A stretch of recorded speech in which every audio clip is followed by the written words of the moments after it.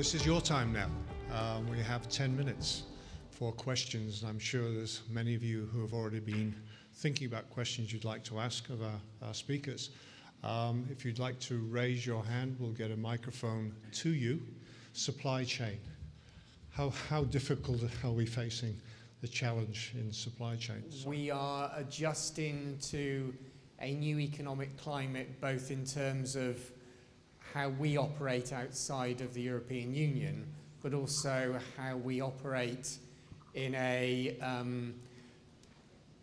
endemic COVID situation world. And it is really hard.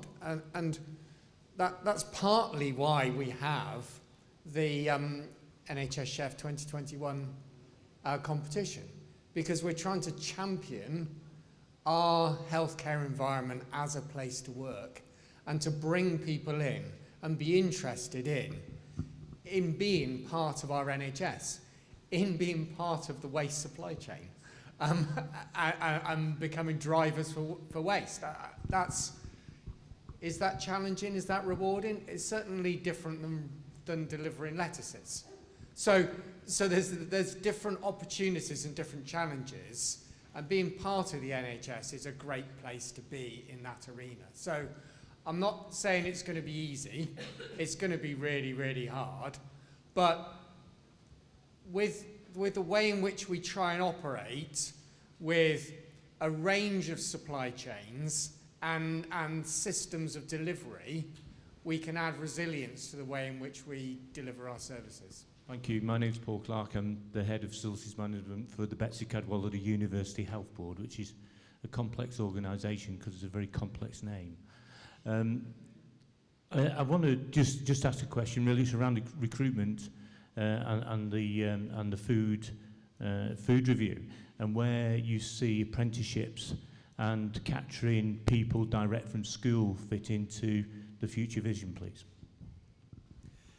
I think that's a great question. Just picking up on what Adrian said earlier, I think what we've found out already is that whether it's waste, linen, food, fuel, early conversations are really important, and we hold regular meetings, weekly, monthly, whatever you need, to tell us what's going on so we can help you. So we've always said, haven't we, Adrian, that early communication helps it on. And that's very much what we've picked up around our recruitment, is that listening to what Craig said around, we've had this sort of sway of people come in from the hospitality sector into public sector. Some people are choosing to stay, some are choosing to go back, and some we've probably lost long term. So we have, would say, an opportunity to sort of start again. And I know Fiona Daly is working really hard with our workforce teams to say, when you look at apprenticeship levies within the trust setting, we've got to have EFM on that list, and they've got to be as high up that list as possible. And often, you've all got to shout your own case in your own hospital and trust. So it is down to you. We will support that as much as we can. And I know certainly Fiona and Adrian will be, pushing from our side to say, what percentage of people on that apprenticeship levy are actually through EFM? We need to know that. So there is opportunity, there is that sort of way through, but also I think it's our responsibility to get out to colleges and to talk to those going through the natural progression to say, let us come and talk to you about what's a career like in the NHS. So I think there's some parts to play for us, but there's also, you need to do your share as well in your trust to ensure that we're all getting a fair slice of that cake. I hope that helps. Good morning. I'm Andrea Best, Site Hotel Services Manager at Guy's and St Thomas's Hospital.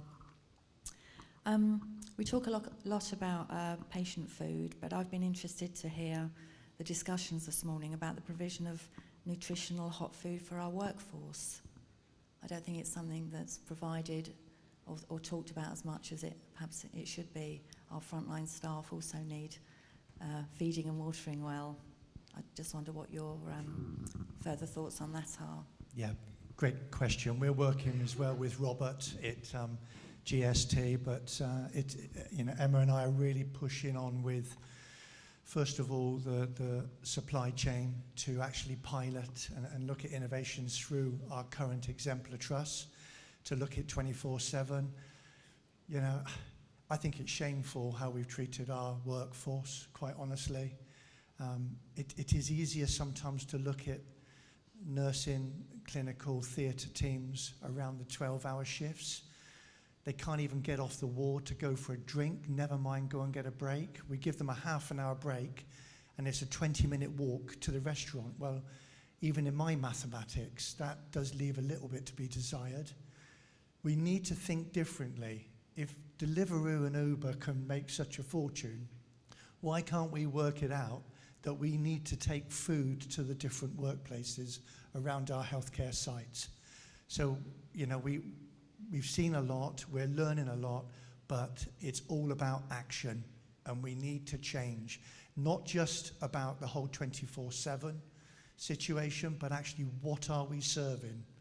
And, it used to always sicken me to see all these takeaway deliveries coming into our staff at night.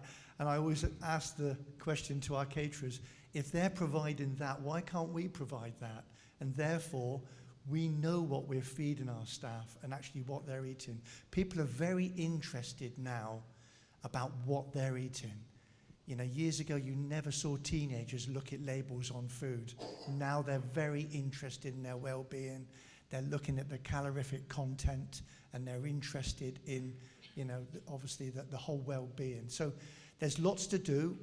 We're trying to do it as quickly as we can, but change is happening. There's already pilots taking place, and I think we will see some innovation around that 24/7. But again, we need trust to be brave. It's no good saying we're 24/7 and the cafe shuts at 6. If we're 24/7, then there needs to be a solution on every site, and we will support that. And I think we also have that opportunity with our staff catering and our chefs to try innovation and meals on a small scale and explore how they operate and work out the budgets and the supply chain, the logistics, and then scale them up. And do they look as good from chef to member of staff as they do 45 minutes later when they made it to the ward and someone's got to it and served it? So there's also that opportunity of innovation in how we operate our multiple systems, from prep and serve to prep, store, deliver, serve. And that's one of our big challenges, and certainly with different menus and opportunities.